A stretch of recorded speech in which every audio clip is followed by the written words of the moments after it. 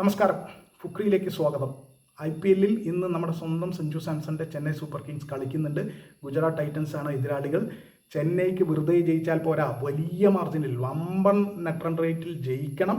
മാത്രമല്ല ഇനിയുള്ള 4ാം സ്ഥാനത്തേക്ക് കൂടുതലായി മുന്നിൽ നിൽക്കുന്ന Rajasthan Royals, Punjab Kings, Kolkata night Riders എല്ലാവരും അവസാന കളി തോൽക്കും വേണം. അവർ തോൽക്കും വേണം. ഇവിടെ നെറ്റ് റൺ റേറ്റ് കൂടുന്ന വലിയ മാർജിൻ ജയിക്കും വേണം. അതാണ് ചെന്നൈ സൂപ്പർ കിങ്സിൻ്റെ അവസ്ഥ. ഇതിൽ രാജസ്ഥാൻ റോയൽസ് 16 പോയിന്റ് കിട്ടും അവർക്ക് അടുത്ത കളി ജയിച്ചാൽ. നിലവിൽ 14 പോയിന്റ് ഉണ്ട്, ഒരു കളി ബാക്കിയുണ്ട്. അത് ജയിച്ച 16ആയി അവർ കയറും, പിന്നെ ഒന്നും നോക്കാനില്ല. അതേസമയം പഞ്ചാബ് കിങ്സ് 11-നും കൊൽക്കത്ത നൈറ്റ് റൈഡേഴ്സിനും ഓരോ കളി ബാക്കിയുള്ളപ്പോൾ അവരുടെ പോയിന്റ് നില 13ആണ്. അവരും ജയിച്ചു കഴിഞ്ഞാൽ 15 പോയിന്റിലേക്ക് എത്തും. അപ്പോൾ രാജസ്ഥാൻ തോറ്റാൽ അവർക്ക് രണ്ടുപേർക്ക് ആർക്കെങ്കിലും ഒരാൾക്ക് സാധ്യത വരും.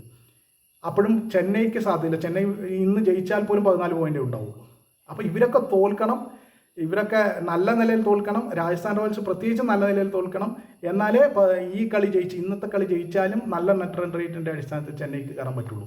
അപ്പോൾ കുറേ കണക്കുകളുണ്ട്. ഈ കണക്കുകളുടെ അടിസ്ഥാനത്തിൽ ബുദ്ധിമുട്ടാണ് ചെന്നൈക്ക്. അതാണ് യാഥാർത്ഥ്യം, അതാണ് പച്ച പരമാർത്ഥം. അതേസമയം ഗുജറാത്ത് ടൈറ്റൻസ് ഇന്ന് കളിക്കാൻ ഇറങ്ങുന്നത് അവർ പ്ലേ ഓഫിൽ എത്തിക്കഴിഞ്ഞു.